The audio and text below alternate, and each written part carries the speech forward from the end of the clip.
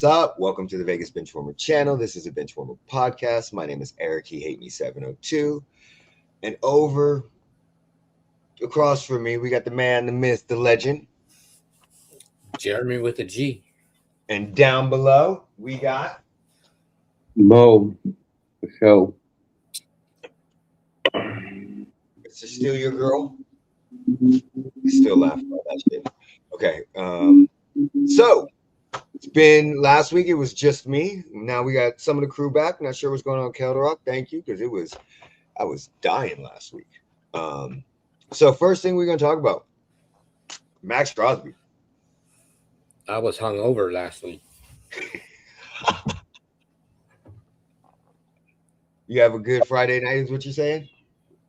A little bit. I had a little tequila. Awesome. There, go. This door's open. You can get in there. All right. So, Jeremy, since you are the Raider fan here, let's hear your thoughts on the Maxx Crosby trade. How are you going to say he failed a physical? You know he just had fucking meniscus surgery in January. But magically, Trey Hendrickson passed a physical. It just had abdomen surgery.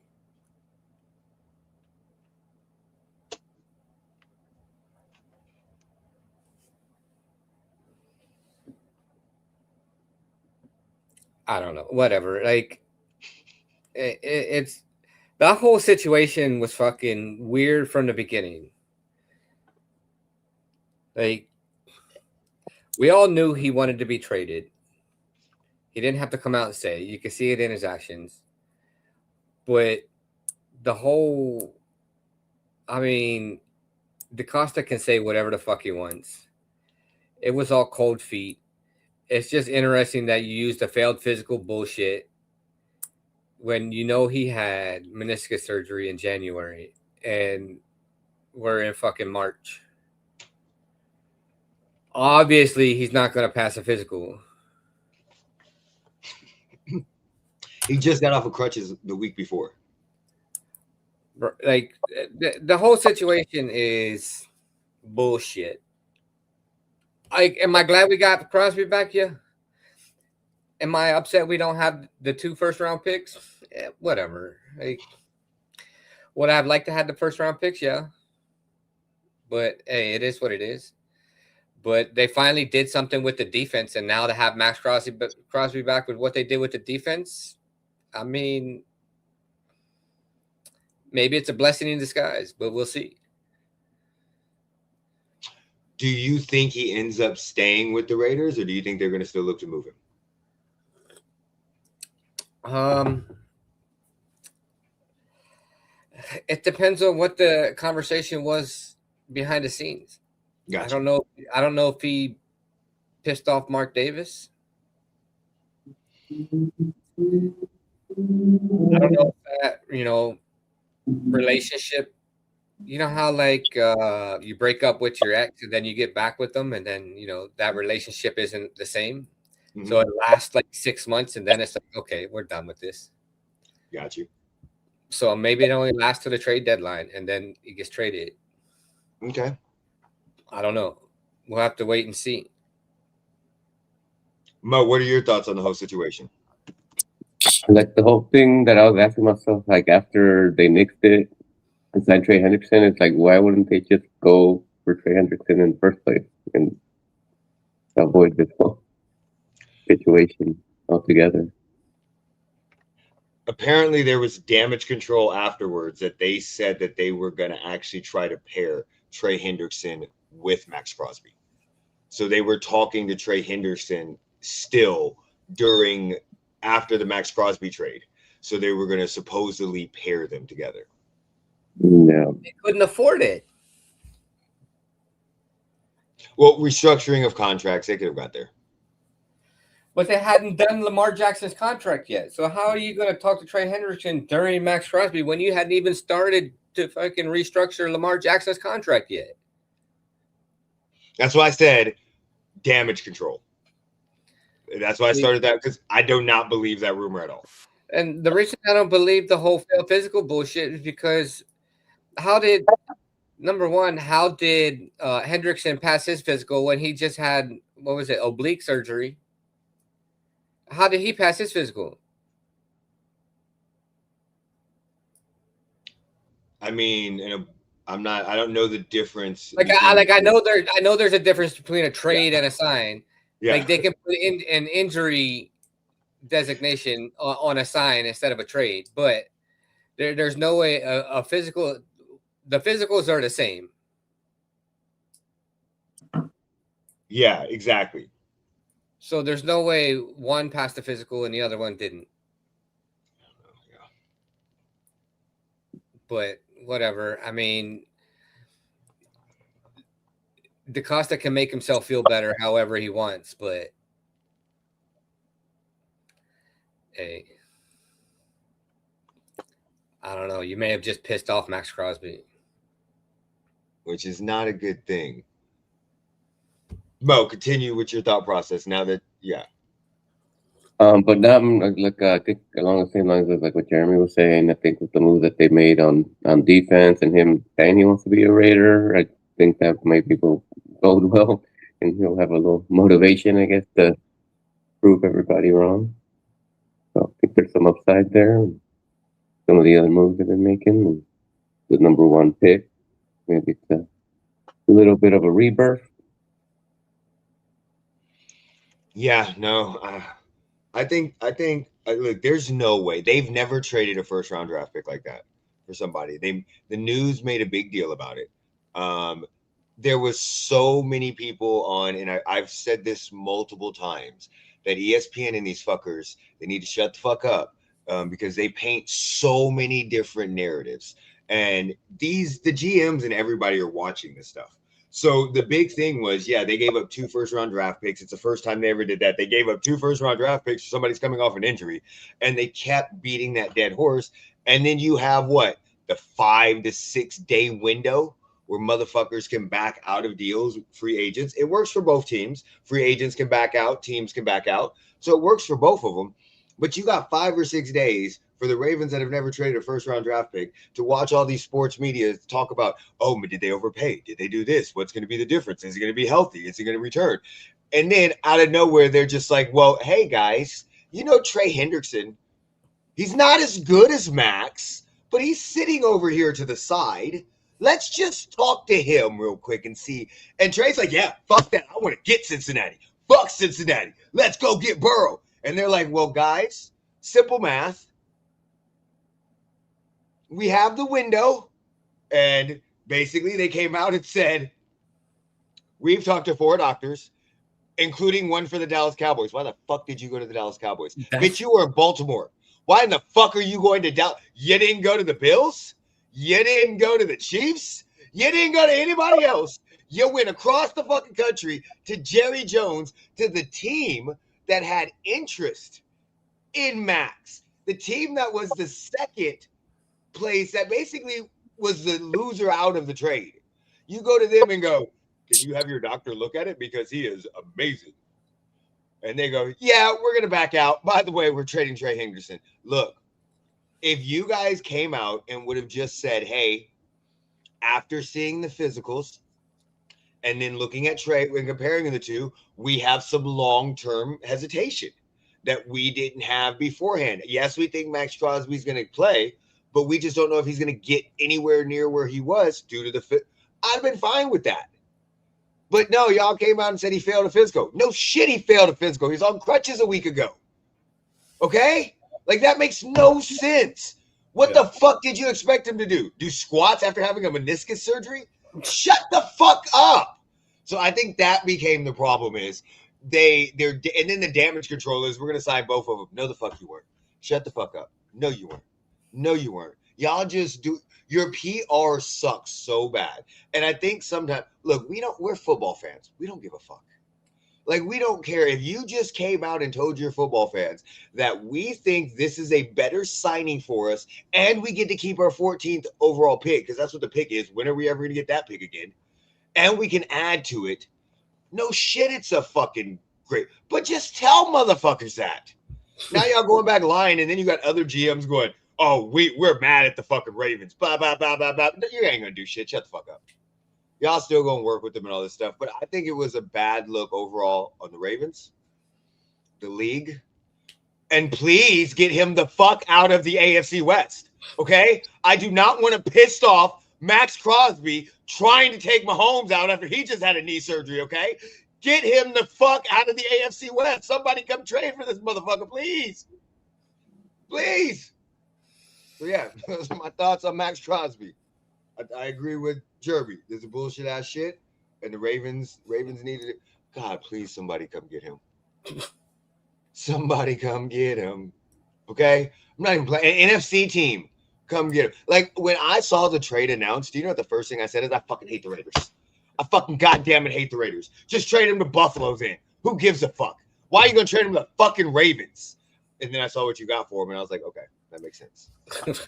But now, can we please get him in the NFC? Go trade him to the Falcons. Go trade him someplace. The Panthers need more help. Go fleece a dumbass team. So, all right. Let's get with the main story. Big topic of the day. The big topic for the last couple days. Bam Adebayo scores 83 points. Mo, we're going to start with you. What do you think of Bam Adebayo scoring 83 points?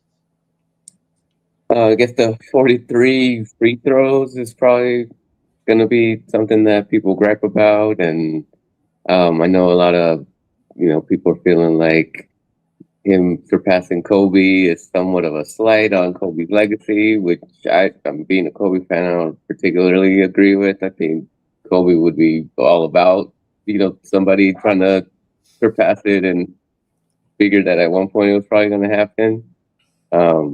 So yeah, I'm not like super mad at it like other people are, but I guess I didn't see the game, so I heard both sides that there was, I guess, some shenanigans towards the end of the game where, I guess, you're always going to go for a record, but I guess, I don't know, I guess now they're called the Washington Lizards because you put L's instead of W's wherever those go. But, good for him. Now him and Asia have the, some of the top scoring marks in each of their respective leagues. So I don't know, maybe he's motivated by her. Okay. So let me get into the stats real quick so I can, I don't know if Jeremy knows all the stats. So some people that may not be watching it, they may not know all the stats. But Bam Adebayo scored 83 points, okay? The next game, he scored 21. Bam Adebayo's highest was like 41 points. Ever, okay? So he was like an 18 to 20 point a game scorer. So crazy. So what refs were paid? So hold on. Now, this is the problem. So who wrote the check? No. So hold on, before you start. There ain't no way. Your highest ever points were 41 and somehow you got 83? Come on. So he had, I agree with you. He had 43 free throws. But this is a problem with those free throws, right? Whose mama did he sleep with? When you go back and look at the game, and everybody I've talked to, even like all analysts, those were real fouls. The Wizards. I didn't watch the game, and you still don't have to lie to me. No, the Wizards. Though I'm not saying that the refs were, but the Wizards were. Don't get me wrong. When he has three people on him and he's shooting from the 3-point line, knowing he's going to get fouled, okay, I get that. But why the fuck are the Wizards still fouling him? Like, why are you still? And then the Wizards were fouling other team members as well. So he had 43 free throws. He took 43 shots. So he combined for a total of 86 shots. Because 43 free throws and 43 regular shots. He was 7 from 22 from the 3-point line, so about a 31%. And he was 46% from the field. Wait, he took. Wait a second. What was his percentage for free throws? Huh? I think the 3-point he was 30%. His percent from free throws was 83%. Oh, okay. But his percent from 3-point was 31%. So basically he played how many minutes? He played 42 minutes. So he only set out in the first quarter, in the second quarter. He had 9 rebounds, 3 assists, 5 turnovers. He had 3 personal fouls. Now, to give you some context,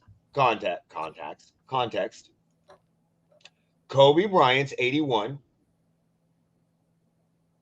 Where's he at?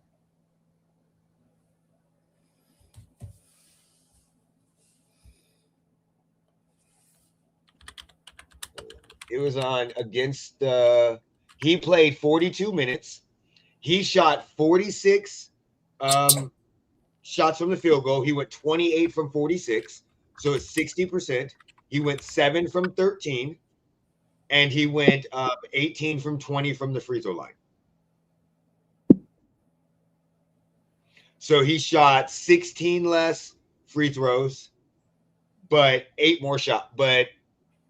more shots and made 8 more shots. He made 8 more than Bam did. Wilt Chamberlain's 100-point games, which we really don't have the stats from that because, we don't know. I'm going to be honest. I'm going to tell you the funniest thing I saw about this whole entire thing was Tyrese Halliburton. Tyrese Halliburton said he did not believe Wilt Chamberlain scored 100 points until he saw Bam Adebayo's 83. So Wilt Chamberlain had 63 free throws and shot like 63 field goals and shot like 32 free throws. So he went 28 from 32. And basically in that game, what happened was they started fouling him, very similar to what the Wizards did to Bam, and he just made his free throws. So that kind of becomes the problem. Okay, so my first thought, now I'll kick it over to Jeremy, is not all games are created equal. Kobe's 81. What's up, buddy? How you doing today? It's Tiger Stripes Media. Nice to meet you. How about them Lions? They got Isaiah Pacheco. We're going to talk about that when we get into free agency. Tenderloin. How about them loins? Loins. So all point totals are not created equal. Kobe's 81 points to me is a more meaningful 81 to people because Kobe had a piece of shit team. Granted, Bam Adebayo did not have the greatest team because most of his players were out. So you have they're playing the shitty ass Wizards. The Lakers were playing the shitty ass Raptors at the time. Raptors were 14 and 27 at the time. Kobe needed those points to win, but it's not even that. It's the way Kobe did it. Like Kobe shot 60% from the as a guard.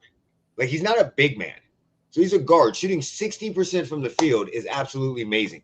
Shooting 80% from the 3-point line. He shot 53% from the 3 and 90% from free throw. So it's a little different because he made the same amount of shots, but he took way less shots to get that 81. So I think Kobe's 81 was way more impressive than Bam. Bam's is very similar to Wilt's. If you look at what happened with Wilt, they were doing the same thing. They were fouling him. I'm not mad at Bam. Bam had 34 points in the first quarter, 43 at half, had like 63 at the end of the third quarter, and had 70 points with 9 minutes left. I'm not mad at Bam. I think he should have went for the record. Anybody that's going to score 81 points is going to go for the record. You're not going to have a game like Kobe's where it just happens in the flow of the game and they need him. Anyone that's going to score that many points, they're going to go for the record. No big deal. The last one that scored a lot of high points was Devin Booker, and they fucking lost. So at least they won. They won by a lot. Am I mad that his team was fouling the Wizards to get the ball back? No. You better fucking foul them to get the ball back. I got a chance to put my name in the fucking history books. To be a good teammate, you better foul these motherfuckers to give me the ball every single time. If I'm at 80, see, the problem is I would have went for 100. I'd have kept on going with a minute and 15 seconds left. My issue is the Wizards. Why are you fouling him? Unless you're just saying he's not going to make his free throws, because I don't know what Bam's free throw percentage is consistently throughout the year. So maybe they thought he was going to be so tired and he wouldn't make his free throws. Maybe that was it. He is a 77% field goal shooter this year. So maybe that's stupid. So I don't know. But the Wizards stop somebody. Stop somebody. My team, at the end of the last 6 minutes of the game turned into like a farce. I'm not going to lie. It was not basketball. But at that time, we didn't care about the game. We weren't caring about if you were watching the game, which I wasn't. I ended up watching the highlights later and watching most of the game later. But if you're watching the game, even when you know he's going for 83, at 6 minutes left, you give two fucks about the game. It's a 20 to 30 point game. The only reason why you're tuning in is to watch and see if he can get 83 points. 83 points is 83 points. I can't score 83 points against fucking junior high kids. They're all adults. And the coach afterwards talking shit, I don't care. The fouls, they were fouls. Stop fouling him unless you were trying to hurt him. I don't know what they were trying to do. But overall, I think the 83-point game was cool. I don't think it's as good as Kobe's. I don't put asterisks by it. I think that if he would have scored 80 points, nobody would be bitching. Nobody would be bitching. This reminds me of the Babe Ruth record with the home runs. When everybody, even ESPN, said, oh, he broke a record. The record was 8. No, the record is 100, bitch. He did not break a record. He got in second place. Very similar to when Barry Bonds was passing Babe Ruth, and everybody was pissed about him passing Babe Ruth. Oh, he's going to break Babe Ruth's record, but the record was Hank Aaron. So I think because of Kobe's stature, people are so pissed that he beat Kobe. I don't think they actually care about the 83 points. Jeremy, I need all the smoke from you on this one today. Let's go. Look, just because somebody died doesn't mean a record's not going to be broken, and it shouldn't be broken. For one, it's not a record. Well, whatever. Whatever. But two, when you look at the top 50 games of points scored for each player, Bam Adebayo shows 57 games, and his second highest game barely comes close to the last game on Kobe's top 50 list, which shows 51. Yeah. And Bam's second highest game total was 41. And the last one on Kobe's is 45. Okay, so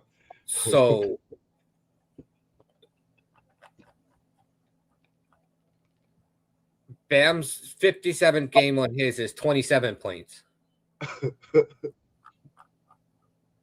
So his second highest is 41 points.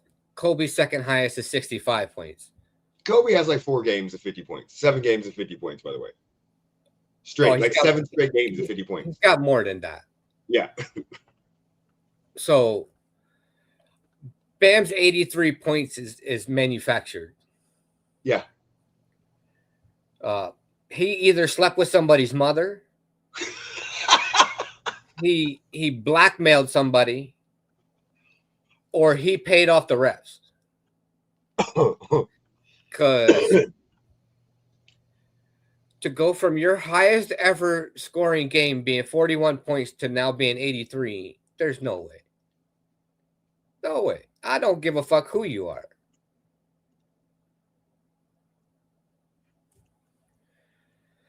He said, whatever.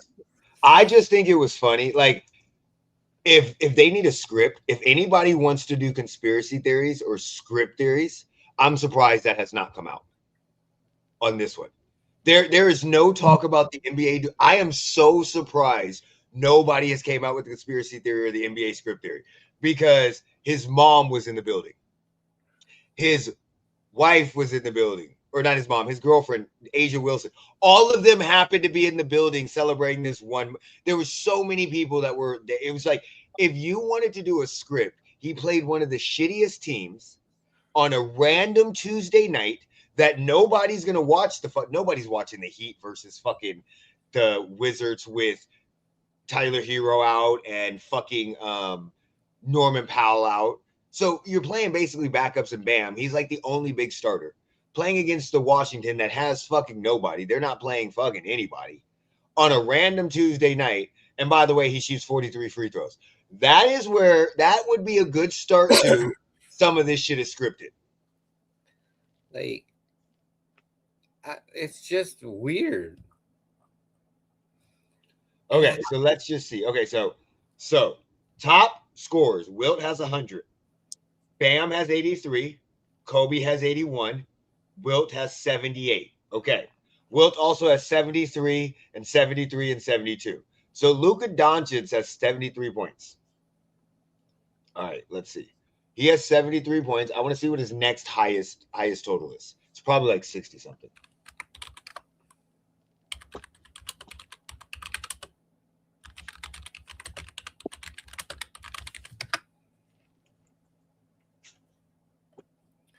$60.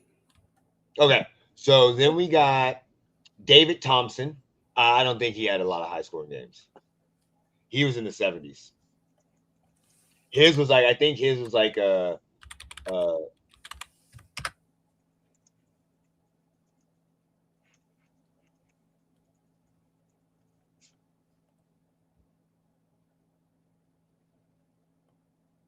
never mind. He's got multiple 50-point performances. Let me just shut the fuck up. Well, no. So he had 73 and then 44. That's his. That's Devin Booker. So Damian Lillard, we know, is a bucket. We know Donovan Mitchell's a bucket. We know David Robinson's a bucket. We know Elgin Baylor's a bucket. Joel Embiid might be another one of those where he scored 70. And then I don't think his highest scoring game is maybe 50. So David Thompson's highest scoring game is 73, and his next one's 44. Yeah, that's what I said.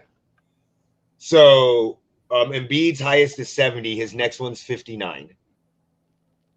So David Thompson is kind of like a Bam Adebayo, where it just kind of came out of nowhere. Everybody else on here is a bucket. So if you go to the top 20, Wilt Chamberlain's on here 1, 2, 3, 4, 5, 6, 7, 8. Pete Maravich was a bucket. Michael Jordan was a bucket. Devin Booker. Devin Booker's another one. I don't think that Devin Booker's had a couple 60-point games, right? I think so. But when he scored 70, I was like, why the fuck is he scoring 70? Because he sucked back then. Yeah, he's had 62. Okay, yeah, it's not. I agree with what Jeremy said. I'm telling you right now, I think Bam Adebayo paid somebody off. He slept with somebody's mother. The NBA said on a random Tuesday, we need viewership. Wouldn't that not get you calls? You sleeping with someone's mama? I don't think that helps you calls. That's who you sleep with. The Wizard? I mean, I don't think anybody's gonna be like, yeah, let me help you out. He legitimately got fouled. He would have had 43 free throws. So he got fouled like 20-something times. You sleep with somebody's mom or somebody's girlfriend on the Wizards team, they coming at you. Like me and my son were talking about it, Devin. It was to the point like none of the fouls looked very malicious, but it almost was like, were you trying to hurt him? Because how do you foul somebody 20 fucking times? Like it doesn't even make any sense. That's what I'm saying. This is the conspiracy theory that I need people to get behind. If somebody came up with this one instead of the stupid shaving points or the NFL has a script, if somebody came up with the NFL on a random fucking Tuesday needs fucking viewership and decided to get Bam Adebayo 43 fucking free throws because he made 36 of those his points. Take away those points, he's nowhere near that. That's the problem. It's the free throws. Like if you're an 80% free throw shooter, you're gonna make about 80% of them motherfuckers. So yeah, that's my issue. That was my biggest issue is the free throws. And I think that if the NBA wanted to fix some shit randomly, this would be one of those things they could fix. You can't make shots go in, but what's the easiest way to get somebody to score? Fucking free throws. So that's my thought process. I don't know if y'all are on board with me. Are y'all on board with the conspiracy theory? No. NBA script writers? He slept with somebody. Mo's like, I'm not doing this shit, y'all. Mo's normally the one with the outlandish fucking ideas, too. I don't know about that. This must be too outlandish. All right. So the WNBA CBA update. That's a mouthful. The date came and gone. So the date was March 10th, was the day that they were supposed to have a deal by. So that way they would not have to cancel any games or restructure the season. Now they're saying if they don't have a deal done by Monday, they're going to have to start canceling games. Jeremy, let's kick it off with you. What are your thoughts? I think it's just really weird. Like, what are they holding out for?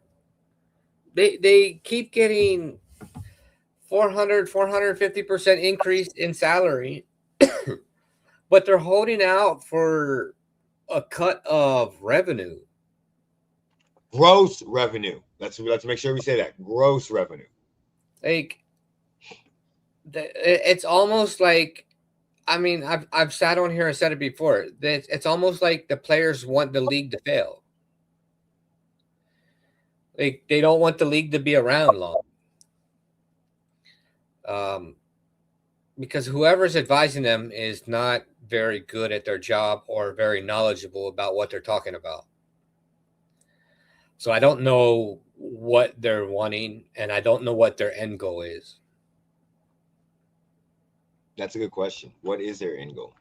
And I'm glad I didn't sign up for season tickets. I'm still on the waiting list, but I'm glad I haven't agreed to season tickets. Yeah, because you'd be pissed. That'd be horrible. So as of right now, yeah, they're supposed to. So it's just confirmed March 12th that WNBA's latest offer increased the 1-year salary cap to $6.2 million, up from 1.5. So And each team will have. there's only what, like 10 people on their roster? Yeah, 12 maybe. So as the previous proposals, the cap would grow over the life of the deal. Also, the cap number offered by WNBA is also up for March 1st proposal. So March 1st, they've actually upped their proposal $50 million. March 1st, they basically said 5.75. Now they're saying 6.2. The maximum base salary is 1.3 million to grow up to $2 million, with the average salary being 570,000 in year one, growing all the way up to $850,000. That's the new NBA minimum salary. I just don't know. I honestly don't know what the end goal is and what they're trying to achieve. I mean, I can guess. The only guess is they're trying to achieve getting rid of the WNBA and move over to the other league. That's it. Because as of right now, just to let you know, so rookies minimum rookie salary is 1.272 is 1.2 million, 1.27 million, right? That's the rookie, right? The minimum 10 years of minimum service is 3.6 million. That's the vet minimum in the NBA. 10-day contracts go from about $171,000 if they keep signing them to 10-year contracts. Players on two-way contracts earn a flat rate. So if they're two ways where they go back and forth, $559,000. So like your high salary, Asia Wilson is not comparable to the NBA's max contracts, right? But everybody else that is not a max player, that is like on a minimum salary, is very comparable to what the NBA is making. It's absolutely ridiculous. I don't know. I don't know who's advising them, but they should probably be fired. I agree with your point. Maybe they are trying to get rid of the WNBA and make Unrivaled a bigger league. That's the only thing I can think of. That's the only logical explanation. The deal is only 6 years. So within 6 years, the minimum salary will go up $350,000 after a 400% increase. Which, but if you remember what I said, they should do shorter term deals, yeah, CBAs, and then renegotiate. Yeah, shorter term deals. But 6 years is pretty. I mean, maybe they cut it down to 4. If I'm them, maybe we go 4. Like, I mean, you could do like a 4x. You could do it like a military contract. You could do like a 4x2 deal. Like you could do a 4-year contract and then renegotiate, or you could extend that 4-year contract 2 years. Yeah. No, that makes sense. Yeah. There's multiple options that they have. Mo, what are your thoughts? I hadn't really been following it too closely, but I think that was what I had gathered from it, is that they were trying to increase like the max contracts, kind of what their focus was. But with the revenue being what it is, it's kind of hard to reach those levels. So I mean, it's I guess interesting that maybe they're trying to prop up, the league where they have a little more ownership stake and where they can benefit more directly. So I hadn't thought of that from before. So that's I guess something to keep in mind as this develops. But I don't know if they're gonna be able to come to an agreement if that's what they're trying to reach. Yeah, no, I don't know what they're doing. By the way, I'm gonna be honest, Unrivaled fucking sucks. Unrivaled is not, it's not fun. It's like, it's not, I've seen a couple games of it. It's a 3-on-3 league? Yeah, I'm like, this is not fun. Like, you guys are not that good. Like, don't get me wrong. I'm not saying that they're not good players. No, but you don't have enough good players that can play 3-on-3 basketball. 3-on-3 basketball is completely different than playing 5-on-5. Just like 1-on-1 is different than 5-on-5 and 3-on-3. So you don't have enough of the name power, the star power to make it good. And then some of the shit y'all doing, like, did y'all see that clip with Chelsea Gray? Oh my God. I was so embarrassed when I saw this clip because they were putting this shit all over Twitter. Unrivaled, the WNBA, all of them were putting, and all she did was she posted up, had the girl posted up, right? Had the ball here, dropped it, and did this without the ball. And then picked up the ball, turned like this, and shot it. And fucking Unrivaled was going, look at these moves that Chelsea Gray has. That became the biggest joke of the Unrivaled season. 520 podcast clown them. Fucking all of the NBA podcasts clown them. There was so many people clowning them. And I'm like, you guys are so blinded by how great you think everything's going that you don't even see that this league is not going to be profitable in 3 to 4 years. Like, the reason why the league is profitable and the reason why it's working right now is because of the fucking WNBA. Do you think if the WNBA wasn't there and the WNBA didn't get all that viewership that this league would have even worked? No, it's not a good league. Don't get me wrong. The WNBA, I think we love it. We all love it here, but we're not going to act like some of the product fucking doesn't suck, just like in the NBA.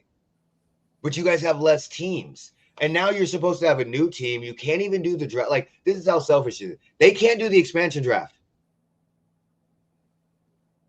They can't do the draft yet for the new teams that are coming in because they don't have a CBA. So they literally have to go through CBA, draft, expansion draft, free agency, and play.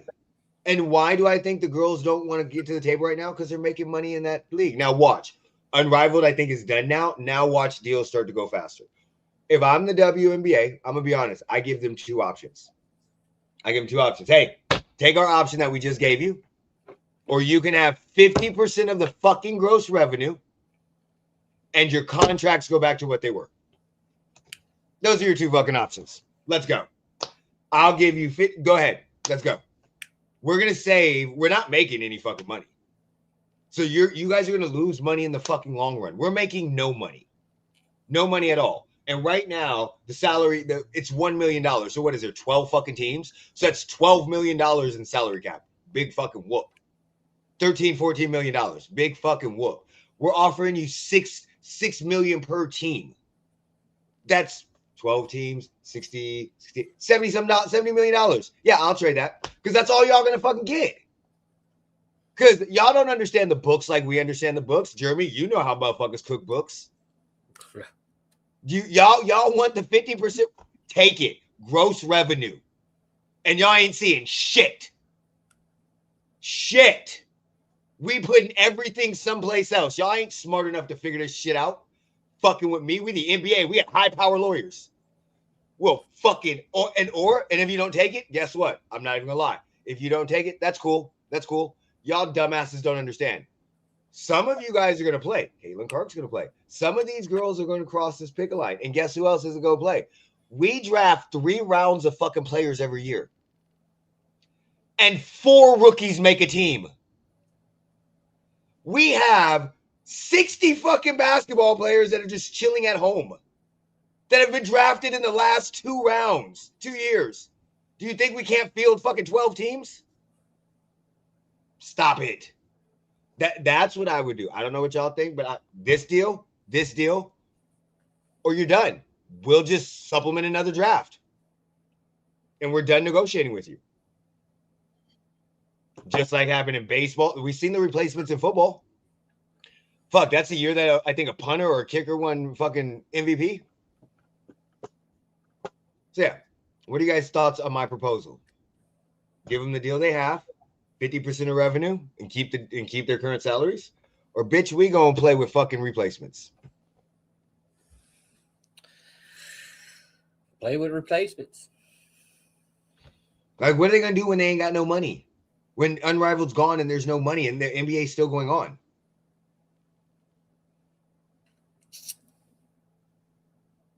And then, in my opinion, another thing I think that might happen, if you put the replacement, if you just say, fine, we'll do a replacement, whatever, we'll have all that stuff. Some of these girls are going to come back immediately. And they're just going to lose because you may find some talent out there that replaces some of them. Some of y'all, Kirsten Bell, she's playing. Your stars may sit out, but a lot of these girls are still going to play. So I think the WNBA and the NBA just need to strong arm them now. Not strong, give them 2 deals and say, if you don't take either one of these deals, maybe the salaries, maybe you puff it up a little bit. Don't make it so dry. But and then if not, go on strike.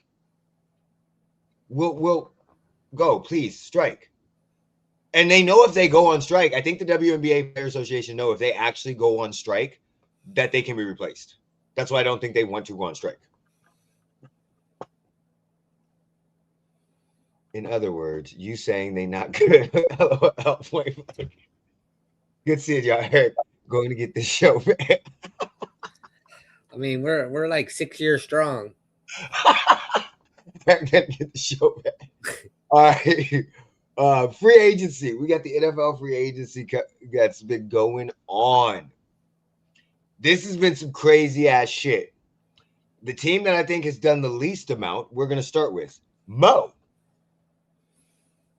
I mean, there's really not a big flash signing that I would say that I feel like over the moon about, but Rashawn Gary deal seems to be getting a little bit more pub than I would have anticipated. So we'll see how that pans out. I know they've signed a few safeties and they're re-signed Sam Williams.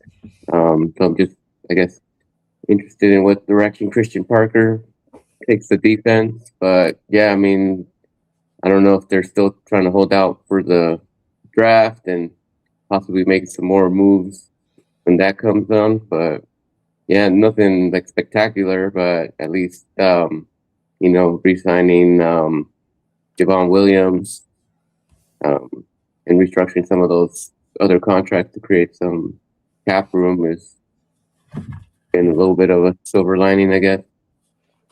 But yeah, I mean, nothing too crazy. I mean, didn't Jerry say he was going to do something this offseason? That's what I thought.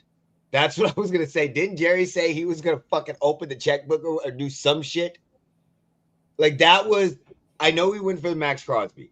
I know there's not a lot of free agents, but it seems like you guys are stuck in this perpetual thing where, yeah, signing Javon Williams was nice, but that's because you didn't fucking sign Derrick Henry or try to sign Saquon Barkley 2-3 years ago.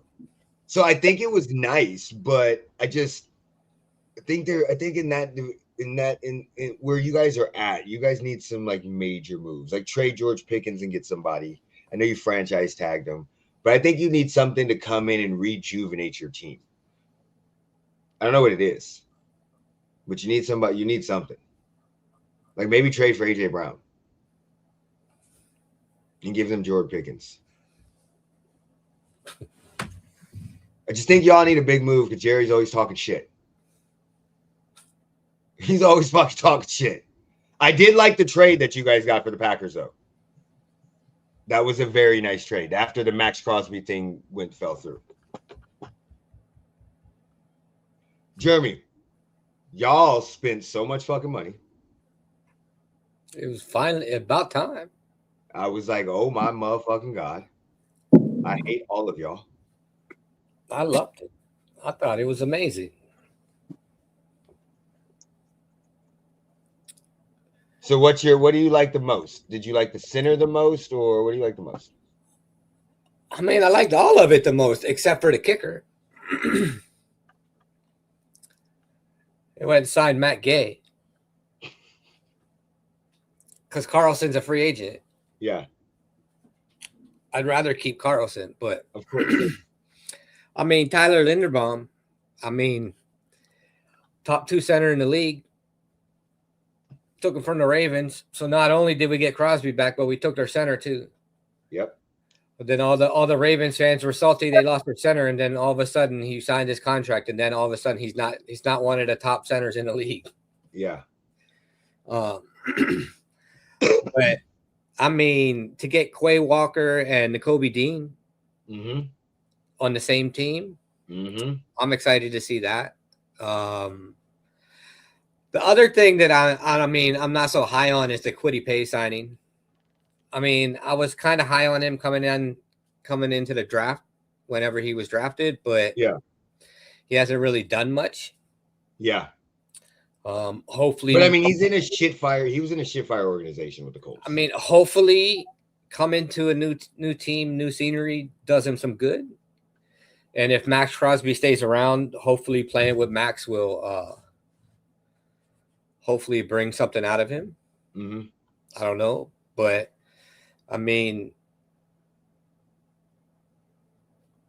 I don't know. I'm kind of excited. I was fucking elated to see Stone Forsythe sign somewhere else and Kenny Pickett gone.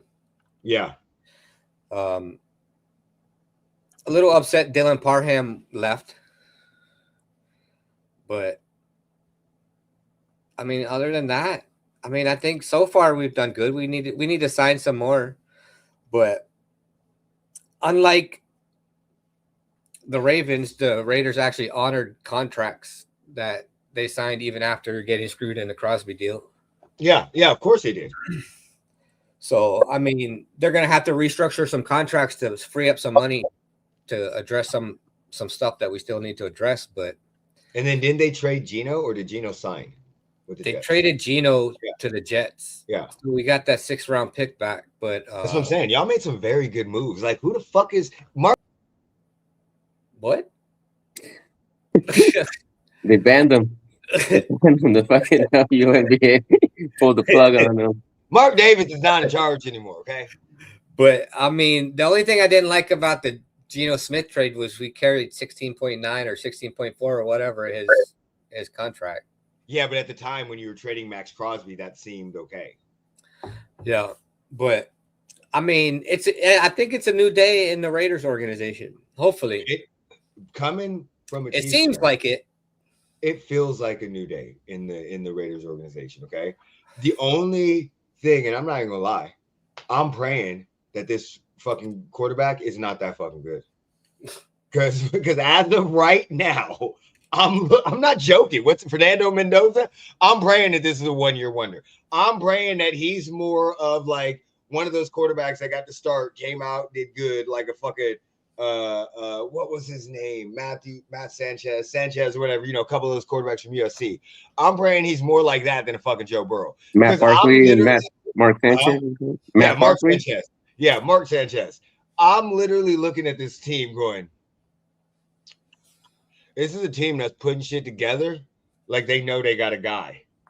Like they know they got a guy. And then they got a pissed off Maxx Crosby. Fucking trade him. Please trade him. Like it seems like we actually finally may have adults in the room.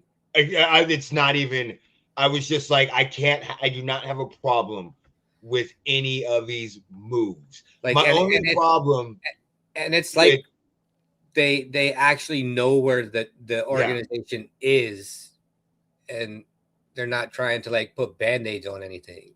My only thing that I would immediately say is, I think the Ravens are very good with releasing players, very similar like the Patriots do. They release them a year or two early.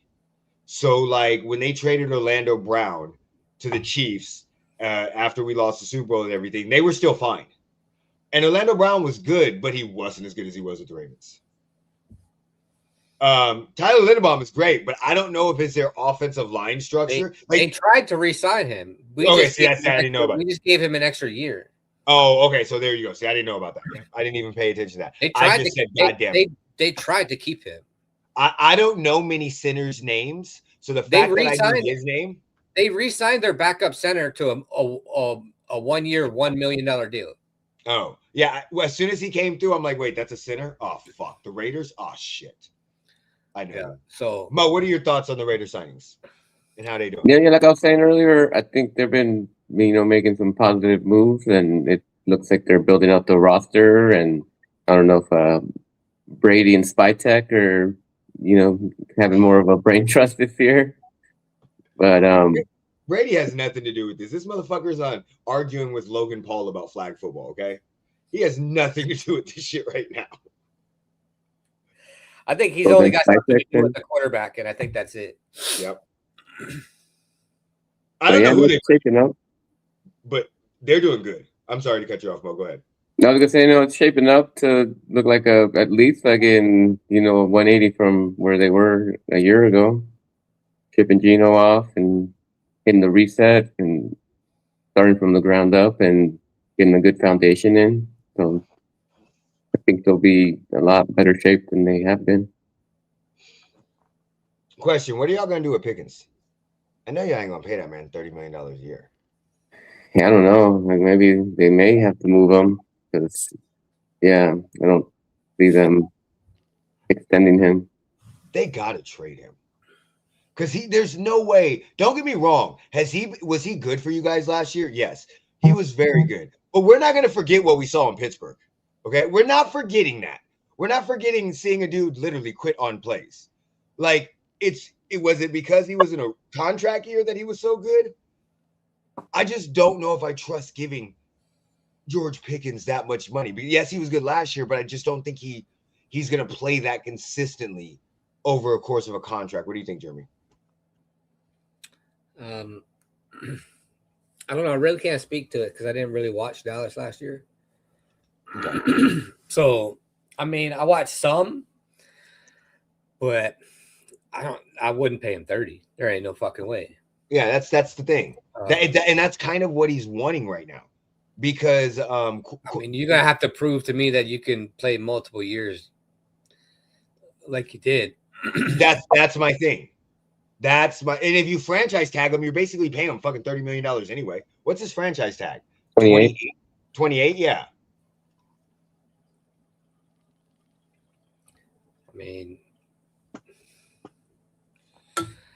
I don't know. Try to figure out how to maybe give him a 2-year deal at like 32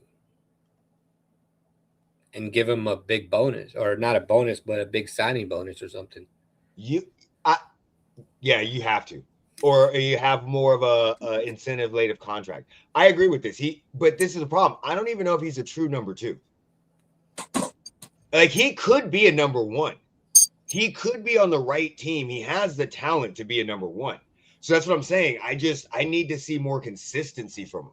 If he was playing like T. Higgins and Jamar Chase, I'd have no problem paying him. But at the same time, I just don't know if he's a 2, a 1, a 3, or if he's a fucking Antonio Brown all over again. If you had him on the Raiders right now, you'd have him and Trey Tucker being a 1A, 1B. That's what I'm saying. So it depends on shit. You have him on the Chiefs, he might be a fucking 1. But it's all dependent on what team you're on. Yeah. All right.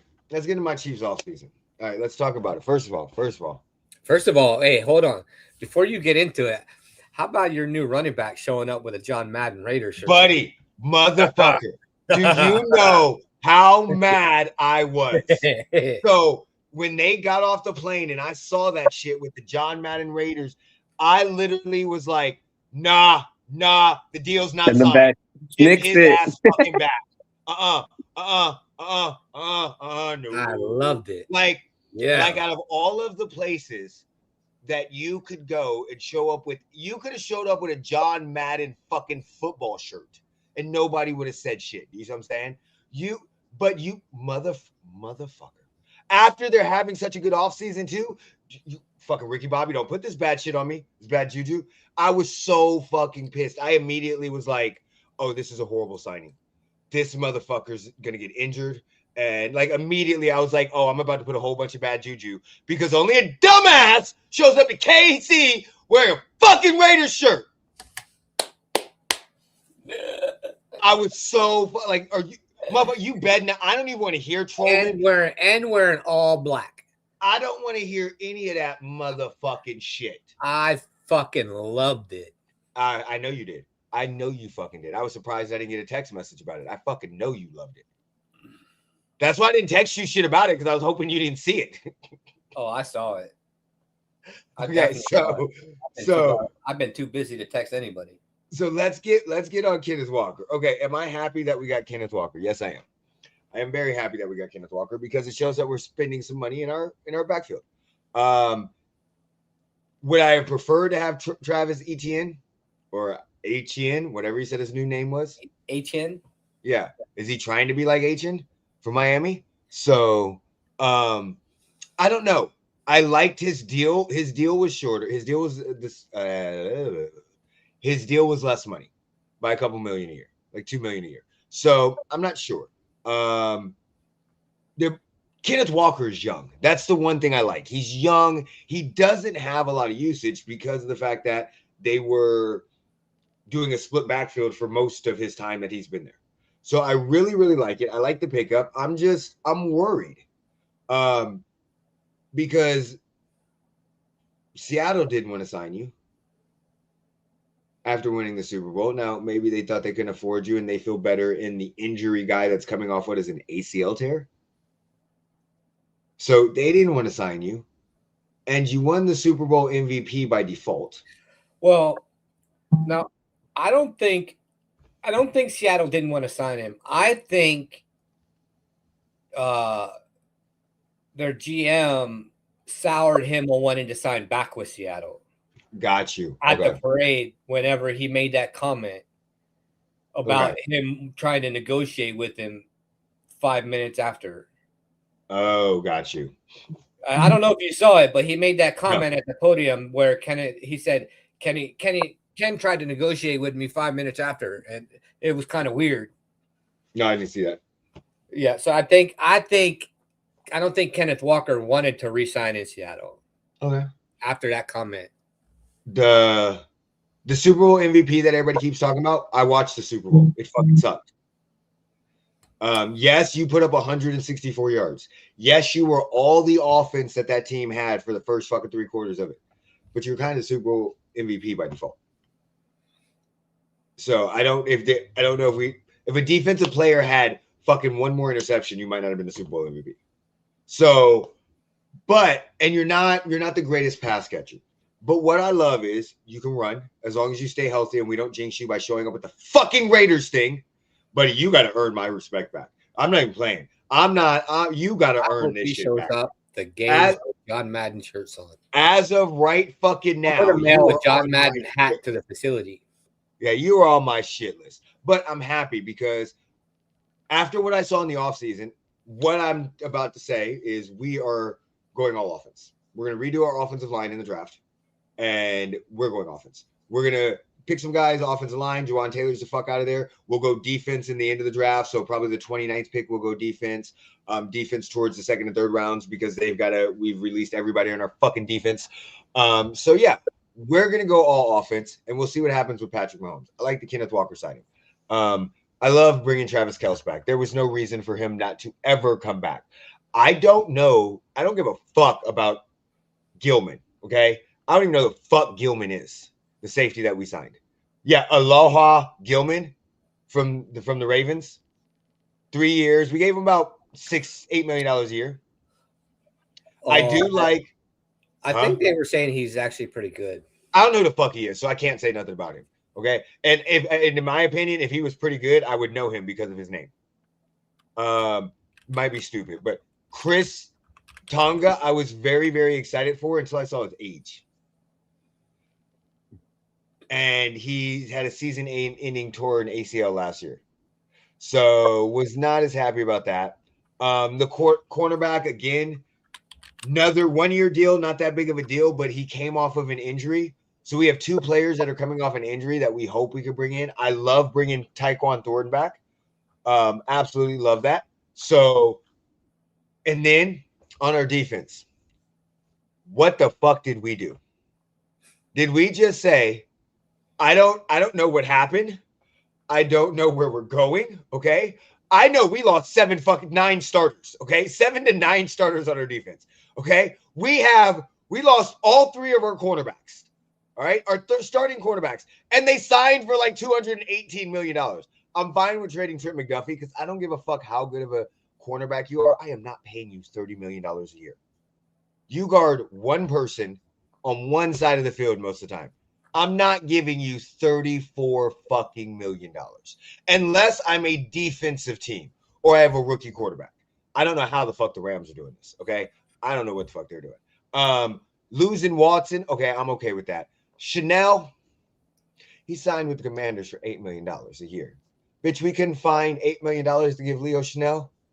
Really? We couldn't find it? Hey, I have an idea. Why don't we get this guy that's coming off of an ACL injury? Why don't we not give him $7 million and give it to Leo Chanel? Okay. Naughty, I don't care, but I don't know who's on my defense. Okay. I have no clue who is playing defense no more. Nothing. I don't know. Okay. We have Chris Jones. We have George Karlaftis and maybe one other person. I don't know what the fuck we got. So we're either going to take all rookies and young players and cheap 1-year deal prove-it people and hope that our defense works. Spags, I know you're a good defensive coordinator, but your shit is slow and it's hard to learn. So I can't imagine these motherfuckers going to pick it up quickly. So in my opinion, we are going all offense. That's all we doing. We bringing back Tyreek Hill. We got Travis Kelce, Tyquan, and we making some other moves. There's some shit that I don't even know. I'm suspecting we picking an offensive lineman with the 9th pick, but I don't even know yet. I think we may go and try to get one of these receivers. Why would y'all bring back Tyreek Hill right now? So y'all going to waste money to have a player that's not going to play the first half of the season? Yeah. It depends on how much money he wants. So if Tyreek Hill came back on like a 2 year, you're going to waste money for the first half of the season. I don't care. I don't care. Y'all don't have any money. I don't care. Okay. What's going to happen is you don't have a defense. I don't care. I don't care. Okay. What's going to happen? Listen, this is what's going to happen. Let me tell you how this is going to happen. Let me tell you how this is going to work. Okay. So what's going to happen is famous last words. Depending on whether Patrick Mahomes is ready on week 1 or 2, right? Depending on when he's ready, these are what's going to happen. We're either going to go all offense, have an offensive line to protect him, have a run game, and we're just going to try to outscore everybody, right? That's all we're going to do. We're going to try to have 42 points. I don't think it's going to work because of the fucking Bengals, right? I know how this works, but we're going to try to pull up the most fucking points in the world. That's why, again, if he's healthy, I think we signed Tyreek towards the end. Let him sit, hoping he comes back for a playoff push. If Patrick Mahomes is not healthy, we are going to fucking suck. And by not having a defense, that helps you suck. So one or two things is going to happen. We're either going to do the Bengals strategy and try to outscore everybody and hope that Spags' defense can do enough to keep people under 30 points, or Patrick Mahomes is going to be injured. He's not going to come back to like week 6, 7, or 8, and we're just going to say take the rest of the season off, and we're going to fucking suck. Like super duper suck. Because those are the only two things I think we can happen. we're either going to outscore everybody. And if we have a good defense, there's still a chance we may win some of these games, even with the piece of shit quarterback. I mean, the fucking Vikings were 9-8 last year, and they had Carson Wentz and fucking JJ McCarthy. So we still could have some halfway decent games. So we're either planning to get a number 1 or 2 pick next year, or we're planning to outscore every fucking body in the league. So I'm okay with all of that. I'm okay if they trade for AJ Brown right now and cut somebody else on the fucking defense. Okay, I'm okay with all this shit right now. Okay, I don't know my defense. No matter what happens, we're not gonna have a signing or a trading that's going to affect our defense in a major way because we don't have anybody on fucking defense. They're about to go 2 ways and shit. Yeah, we have. When I looked up, I was like, okay, we traded. Wait, hold on. We lost 2? And I was like, 3 quarterbacks, safety, linebacker, defensive end. What? That is 8 players. We have nobody. Jeremy, Mo, one of y'all, what are your thoughts on the Chiefs' moves? I didn't even know you actually signed anybody other than Kenneth Walker. I'm not gonna lie. That's the only signing I saw. Same. Yeah, I didn't really. I'm serious. I didn't even know y'all signed a safety. Yeah, we signed a defensive tackle, a cornerback, and a safety. I swear to God, literally the only thing that I saw was the Kenneth Walker signing. And then McDuffie went to the Rams. Yeah. I saw y'all lost McDuffie. I saw you guys lost all those defensive players. But the signings, I haven't seen anything announced for this Chiefs signing anybody other than Kenneth Walker. That's because nobody gives a fuck. Nobody knows who these fucking players are. Okay. What are you going to do? Are you going to throw a parade because you signed 2 players coming off of injured reserve? I was honestly, I thought about messaging you being like, are the Chiefs going to do anything? Because I was like, oh, they got a running back. And then I saw that Isaiah Pacheco signed with the Lions or whoever. Yeah. And I was like, what else they going to do? Because your quarterback's limping into a fucking basketball game. Like listen, when you go bargain bin shopping or thrift store shopping, you don't brag what you buy unless you find something that's a diamond in the rough. I mean, have you seen the last 20 years of the Raiders? Like, I'm used to it. I was fucking surprised at the shit the Raiders did this offseason. Hold on 1 second. I got a phone call coming in. I don't know who this is.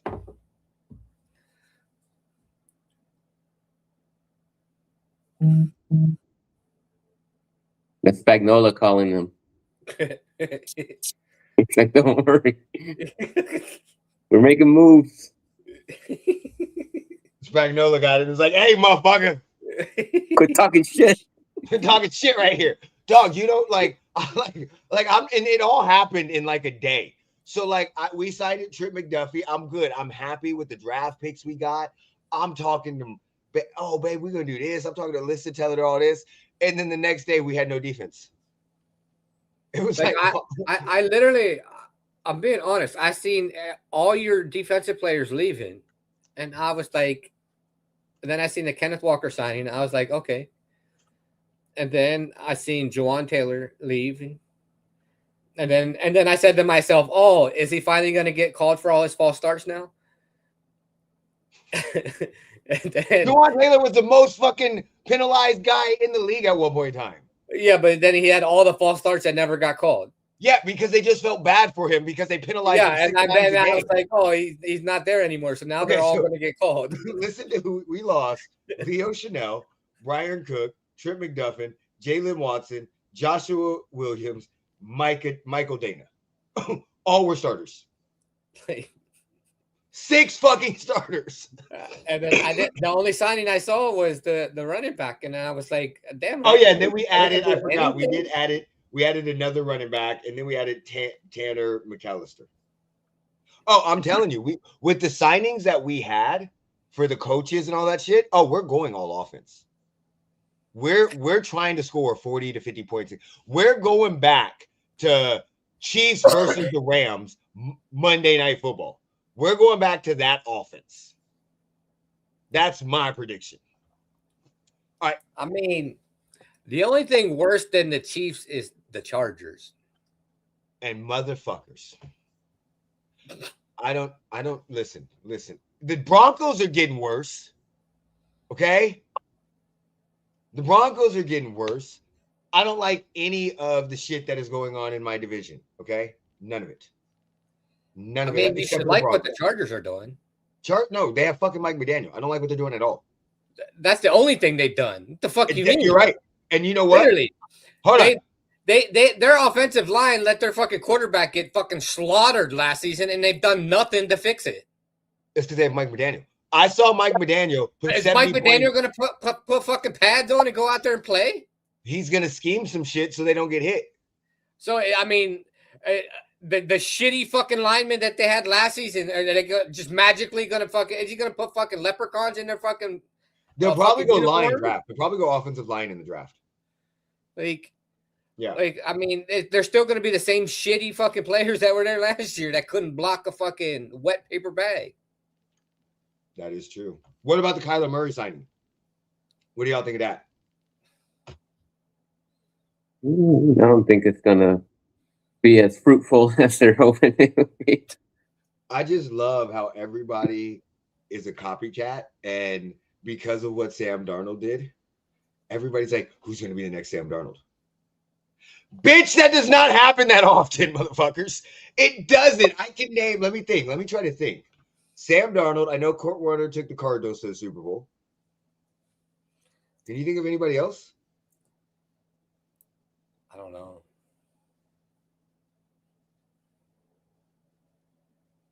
I mean, Nick Foles is a backup. Didn't Rich Gannon start somewhere else before the Raiders? Rich Gannon, he started with the Chiefs. Yeah. But he wasn't a star. So Rich Gannon wasn't resurrecting his career.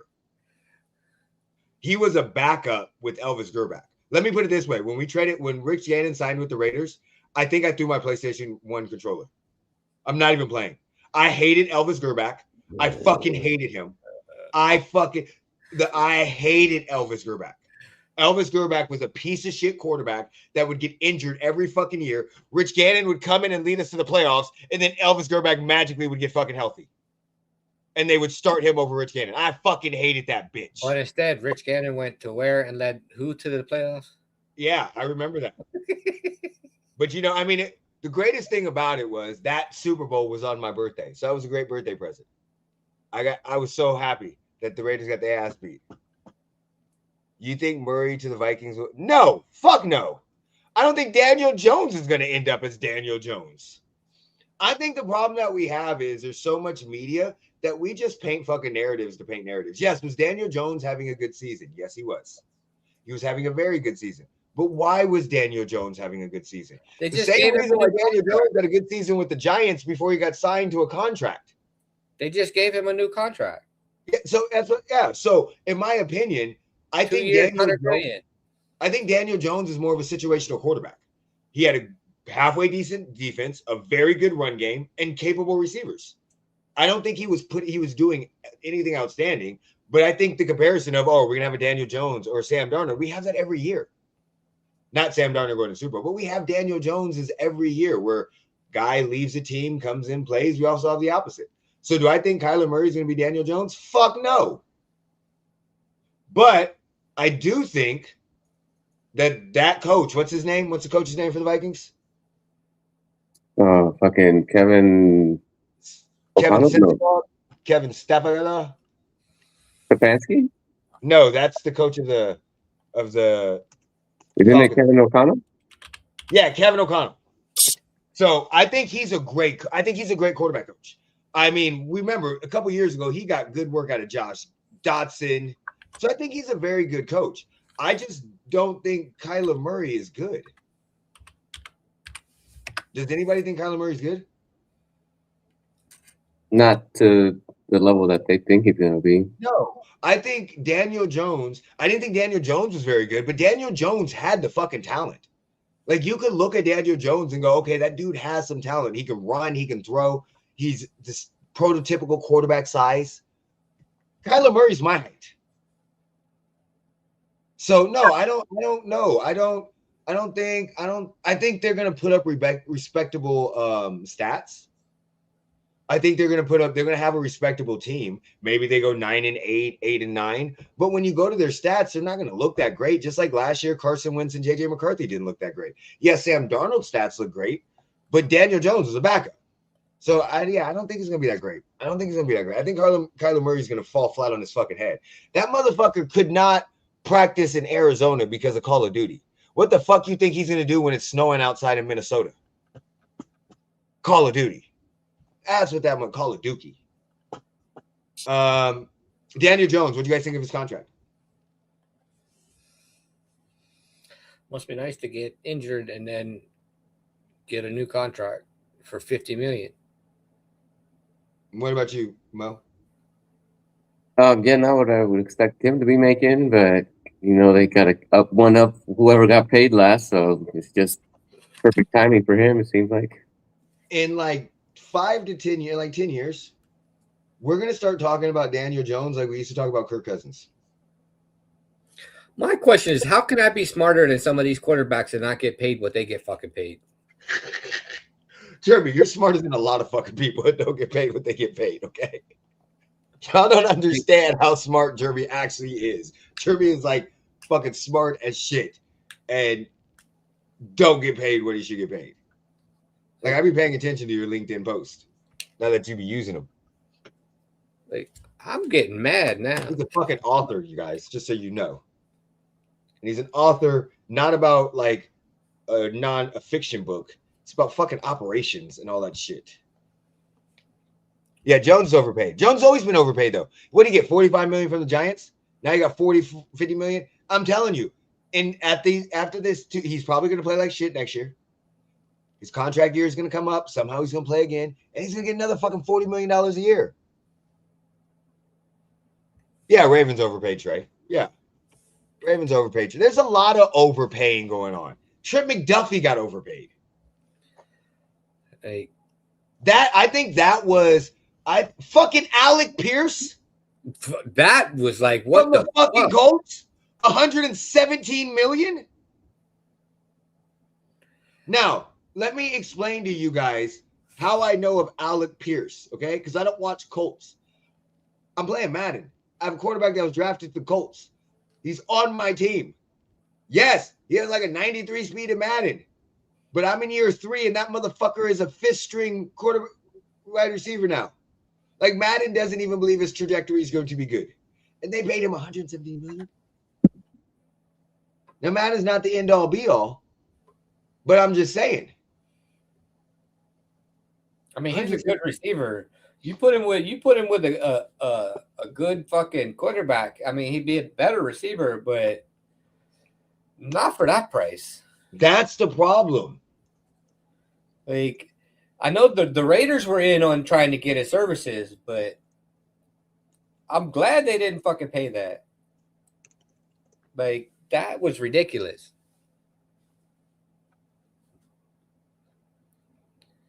I don't know. That one was, and you know what? It's so funny because all I heard during when they were talking about the Daniel Jones, was that they want to sign Alec Pierce because those two have a great relationship. This is why the Colts celebrate division titles. This is why they hang banners for every time they celebrate division titles. I mean, they do stupid shit. I'm so deprived. I'll celebrate a fucking division title.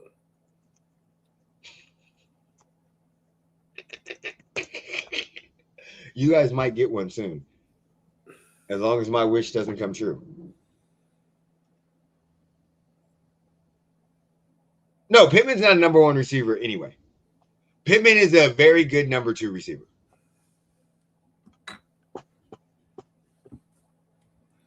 I'm trying to see what was the... I'm so deprived, I'll celebrate a winning season. I'll put a fucking banner up in my office. It could be worse. Winning season. It could be worse. You could be the Browns. No, I may have to kill myself. See? This is why we need teams that suck. That's why I keep trying to explain to you. When the Lions sucked, it was good for everybody. Because then we get, when your team sucks, at least you're not a Browns or a Lions fan. Now, if you're a Browns or Lions fan, at least you're in the NFL. I mean, it'll never be as bad as being a Chiefs fan, no matter how good the Chiefs are. Stop this shit right now. No matter how good the Chiefs are, it'll never be that bad. Malik Willis, $67 million. What do you think of that? A year? No, $67 million. He's getting paid roughly $22 million a year. $23 million. 22.5. Whatever. Trying to see who had really big signings. Because I was talking shit. I'd rather give him that than give Geno Smith what we gave him. Yeah, it makes sense. Because Geno, but I mean, that was Pete Carroll. Yeah, and Pete Carroll sat there, finally broke his silence and said, "Oh, the offensive line was trash and we should have done better on that." But guess who fucking offensive line coach was, you stupid fuck? His fucking son. Wendell Robinson. The Titans made some good moves too. Hey, just to let you guys know, Mitchell Trubisky is still in the league. Yeah, the Titans just released. Oh, you guys can sign your old defensive player. He's coming home. Snead's coming home. Okay? Darius Snead is coming home. He deals with his court case. I don't give a fuck right now. Okay? I would sign the ghost of fucking Darrelle Revis right now. Okay? I don't give two shits. All right? Snead is coming back to the crib. And Snead was cut not because of his talent, but because of how much the Titans saved. It was like 11.4 million they saved by cutting him. And his legal troubles. Yeah, I'm okay with that. Snead's coming back. He's coming back. I forgot about Snead. He's coming back. Yeah, we know. You guys are the new old school Raiders with all the convicts. Hey, guess what? Y'all used to win back then too, okay? Yeah, well, I know. Yeah, when y'all had we look. Oh no, that hurt. Tell me something I don't know. Mo, anything else you want to talk about? I think one little, I don't know if it's sneaky pickup, but Evans to the Niners, I think that's gonna be good for him. And you don't think so? This is the reason why I don't think so. I'm gonna be honest, okay? You got a guy coming off of a major injury, going to the most injury-prone team in the NFL. Like, it's so injury-prone. They're talking about a plant next to it. Like, they're literally going to the most injury-prone team. Every wide receiver gets hurt on the Niners. That's, like, if he had went to, like, Bills, any other team, or if the Niners are not an injury factory, then I would say 100%. But my expectation is he's going to play the 3 to 4 games and then get injured. And Christian McCaffrey will get injured next year also because he only has a good, healthy year every so often. Like, think of who got injured on their team last year. Kittle, Juwan Jennings. Like, their whole team got injured. But did you like that before I shitted on your parade? I mean, I don't think they can fucking continue to just fucking have that streak of bad luck. So if McCaffrey can stay healthy and be the fucking main focus, and Mike Evans doesn't have to fucking produce as much as he did for Tampa Bay, I think he may have a productive season if he stays healthy as well. Obviously, it's a big if, but I don't know. I think for some reason it just gives me a feeling that he's gonna be able to do something for them. If he can stay healthy, he's gonna be good. That's going to give Brock Purdy probably his best wide receiver that he's played with. The problem that we have is I can no longer call this bad luck. They have a PhD in fucking injuries, okay? They have been – when is the last time they have been – they lost a fucking player in the Super Bowl walking off the sideline. Do you remember that? I think so, yeah. Yeah, when they played the Chiefs. And they just signed him again. I know, Greenlaw. I think there's something going on with that whole entire situation where, and it's not, yes, now the receivers, but it used to be the running backs. Like 4 or 5 years ago, 6 years ago, they had a new running back every year because they got injured. I think it's Kyle Shanahan's methods. or their lack of. I don't think it has anything to do with Shanahan, and I don't think it has anything to do with the power station that's next to the field. They have so many injuries that they're coming up with conspiracy theories that there's a power plant next to it causing it. It's the power station, and they're saying that the injury started happening after they cut down the trees that were separating the field from the power station. I think it has more to do with their strength and conditioning team. Yeah, that's probably it. Probably, yeah. I think their strength and conditioning team is terrible. Yeah. I don't know what you're mad that he signed with the Giants. This does not surprise me. Were you guys surprised with likely signing with the Giants? I didn't even know. Oh. I mean, I was shocked the Ravens lost so many players. They lost so many starters. I was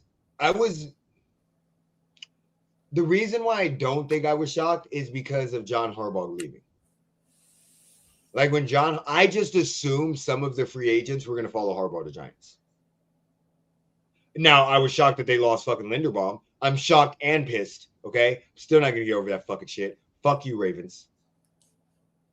I'm 90% sure. Okay, let's put the tinfoil hat on. I'm 90% sure the Ravens and the Raiders are in cahoots to get the Chiefs out of here. The Raiders spent money like they had that $30 million to spend. I know. And no way the Raiders were in cahoots with nobody. They spent $288 million in the first wave of free agency. Yeah. There's no way they were in cahoots with nobody. And then they got Maxx Crosby back, and it took less than an hour for them to say, we're honoring all contracts. They knew his ass was coming back. They knew. Y'all in cahoots. Y'all trying to get the Chiefs out of there. They're just not a shitty organization like the fucking Ravens. Look, you just don't become a non-shitty organization overnight. I mean, the only time the Raiders have ever backed out of a contract was Saffold. Yeah, no, you guys aren't shitty that way. You treat your players good. The Ravens are fucking horrible. But that Saffold one was a signing, not a trade. Anything else, Mo, you want to talk about, buddy?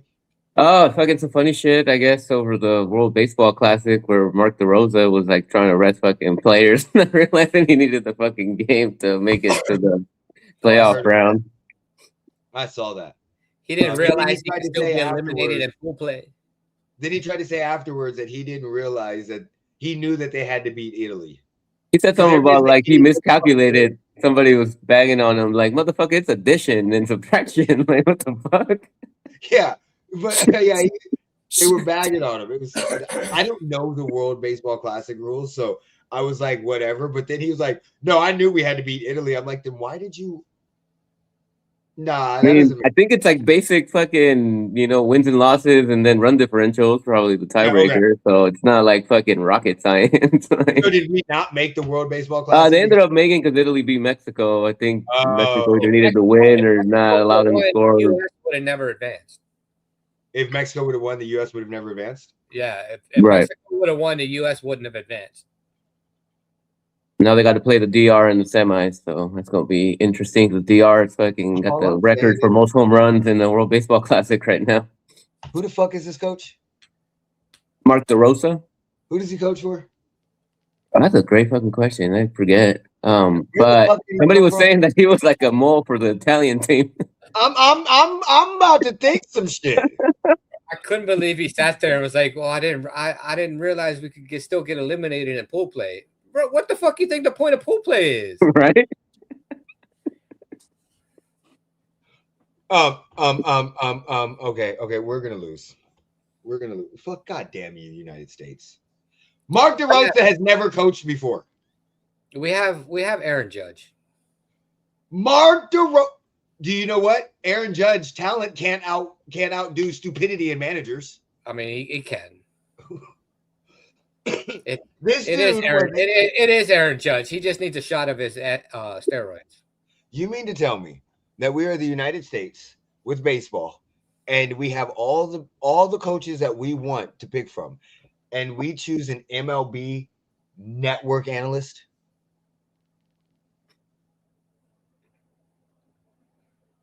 Jeremy, why did we not apply? No, thank you. You don't want to be a World Baseball coach? No, but we'd do a great job. I'm good. Mo, what about you? Shit. Let me know where. That's what I'm saying. I can do better math than that. I do better than him. Shit, I barely play baseball. Let me stop talking shit. No, I can't. I don't even know baseball. He's like, I play the show. Of course, they drug tested Bam Adebayo after his 83 points. Yes, they did. Everybody, they got him in the locker room, dog. Okay, everybody knows that. They said, "How did he stand up to all those fouls?" And if they didn't drug test him, remember my conspiracy theory. He slept with the ref's mother. In other news, F1 canceled their Bahrain race and Saudi Arabia race because of the war. And Iran's not going to play in the World Cup. You know, I think this shit is funny to me. I literally think it's kind of funny how they're like, Iran's not playing in the World Cup because they won't let them, or because I think partly because of that, and also I think just because of just fucking damage to the infrastructure and possible funding. Do you think we give a fuck about a soccer game? No. The U.S. does. Well, of course the U.S. does. But we're gonna lose anyway, so it don't matter. The men's definitely gonna lose. Women may take it. Josh Johnson signed with Cincy. If anybody cares, nobody cares. Nobody cares. Yeah, I have. Anything happened in WWE that you want to talk about, Jeremy, before we jump off? No, I fell asleep last night. I got to rewatch SmackDown. I haven't watched it. Raw was boring to me. Wasn't very good. Seth Rollins thing's fucking crazy. I'm trying to think of anything else happened in boxing. No. Oh, Ronda Rousey and Gina, right? We know they're fighting, right? Oh, yeah. Did you happen to watch the press conference? No. Ronda and Francis went in on the UFC. I did see that. Because Francis is the co-main event now. He's doing an MMA fight. Who's he fighting? Some ex-UFC fighter that went, I think he went 2-4 in the UFC, but he won his last 4. And he hasn't fought in like 2 years, I think. I mean, if you think WrestleMania is going to be boring, I think you should probably not watch it. If you think what? WrestleMania is going to be boring. I don't think WrestleMania is going to be anywhere close to being boring. Oh, I don't think it's going to be boring either. You got Cody versus Orton, and you've got CM Punk versus Roman Reigns. The CM Punk versus Roman Reigns is going to probably be the fucking match of the century. It's going to carry it by itself. That match is going to feed families for fucking decades. Yeah. I don't think, and then we got to figure out what's going to go on with the Drew McIntyre quit thing. His quitting thing. He came back last night and kicked Fatu during his match. Yeah, but you know. That's like the 732nd time he's quit. Yeah. You know how they do this stuff. So right now, I mean, if we're looking at the highlights, right now we know Drew, we know Cody, we know Drew's going to be there, we know Roman, we know Liv Morgan and Stephanie they need to do more with that, but I'm excited for that match, even though I really don't like Stephanie Vancouver. We know Rhea Ripley and Jake. That's going to be a hoss match. That's going to be a match like Obi and Rusev. They gonna lay into each other. I think it's going to be an okay match. I don't think it's going to be as exciting as it would have been if Rhea hadn't lost so much muscle. Yeah, true. Skinny as shit. Because she's doing CrossFit now. I don't know. She just looked like she got so skinny. Yeah, I think she's doing more CrossFit than actual training. Yeah, they have Drew and Fatu for. It's going to be Drew versus Fatu. Yeah. But the Roman Reigns and CM Punk match that's gonna be the fucking match. That's gonna be good. That match is gonna be worth the cost of the ticket for anybody that pays for the ticket. I'm not paying for the ticket, but So yes, you are 100% right. Tank Davis is scheduled to fight Pitbull Cruz this summer as his comeback fight. You have Ryan Gart, you have Rowley and Devin Haney in talks for a fight in May. You have Ryan and Devin Haney in talks for a fight in September. You have, of course, Floyd Mayweather and Manny Pacquiao in September. Yeah, but it's going to be a sanctioned fight. Who cares? It's not going to be an exhibition. Exactly. Who cares? You have Floyd and Mike Tyson. You have Keith Thurman and Fundaroa coming up. I think I could get tickets to that fight. Which one? Thurman and Fundaroa. Are you serious? Fundora. I think so. Let me check. It's more, yeah. Oh, I get back March 28th. So we'll be back in the afternoon. So if we can get tickets to that, I'll definitely go see it.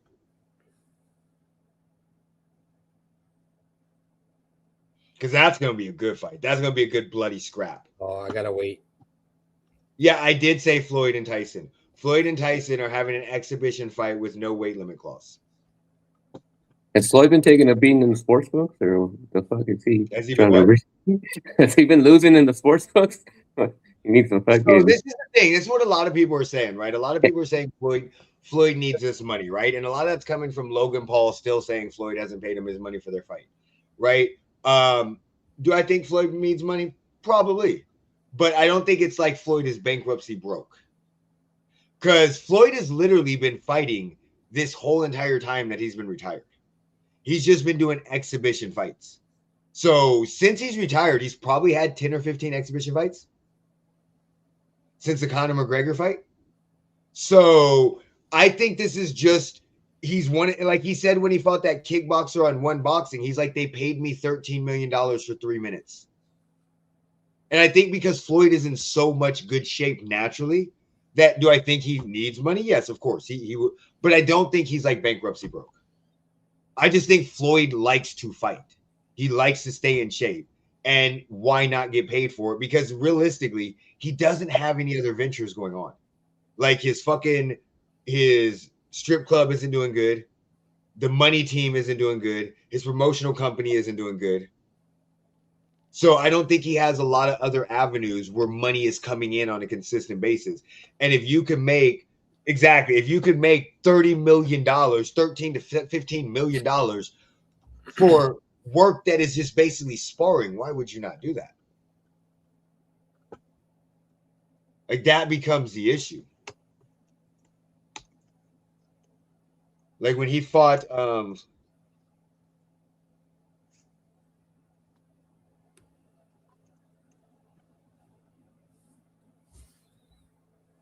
not a Turagatti. Who else did he fight? John Gotti Jr. Okay, John Gotti III.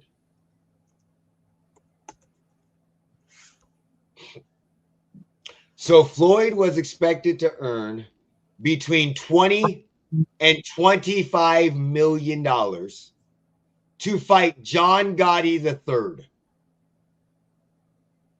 in an exhibition fight. John Gotti reported earned a significantly higher payday than their first fight, which was estimated amount. So this would have been for their rematch. For their rematch, Floyd was supposed to get $20 to $25 million for a fight with John Gotti III, who is an MMA fighter. That's in an exhibition fight. I'm sorry, Mauricio. Right now, if somebody offered you $20 million to have an exhibition fight with a non-boxer, and you're the greatest boxer of all time, would you do it? I'll fight an elephant for $20 million right now. So when people go, Floyd needs them, no, motherfuckers are just throwing money at Floyd because he packs the houses. So that becomes the issue. Does he still pack houses though? Like, who wants to fucking see half these fucking fights? Well, this match, he's not fighting all over America. That's the problem. So like their match was supposed to be in Mexico City. He fought in Japan. Floyd is fighting places. Which one's supposed to be in Mexico City? The one with Tyson, or no? The one in Tyson's going to be here, and it's going to be packed. It is going to be packed. 100%. Even after fucking Tyson Oh no, I'm sorry. It's in the Congo. He's fighting in the Congo, the Republic of Congo. I forgot that. So again, he is fighting all over the country, all over different countries, where he is a like, why can't I think of the word? Not A draw? A draw, So exactly. It's gonna cost 3 cents to go to the fight. That's what I'm. They're gonna make $15.23. So yeah, or 6 coconuts. So again, does he need the money? Probably. But are you turning down that much fucking money? I'm not blaming him. I'm just saying, like, What, $15? Yeah, I'm turning down that much money. What do you mean $15? To fight in the Congo, I'm turning down $15. Where'd you get $15 from? It went over your head. Are you? It sure did. It must have happened a couple minutes ago. It's like 5,000 feet over your head. Okay, yeah, you're right. It was there. So yeah, we got Floyd Tyson. So we got some good boxing going on. We'll keep it up. By the way, Francis and Ronda talk shit about not Dana, but the UFC. Basically saying the new company is not allowing Dana to do what he wants. That's why that White House card sucks. Francis basically went in and told all the fans, fuck you. We are independent contractors. And if somebody's going to pay me this much money, I'm going to go to that fucking place and get the most money that I can. And they even asked him about his legacy. And he's like, what do you mean legacy? My legacy is the kids. He's like, well, like Muhammad Ali. He's like, you guys can have your Muhammad Ali. That doesn't pay bills. So he's like, no, bitches, I'm here to make money. Whoever pays me the most. But yeah, Gina Carano has not fought since 2009. Ronda Rousey has not been in a real fight. And she hasn't been significant since 2003.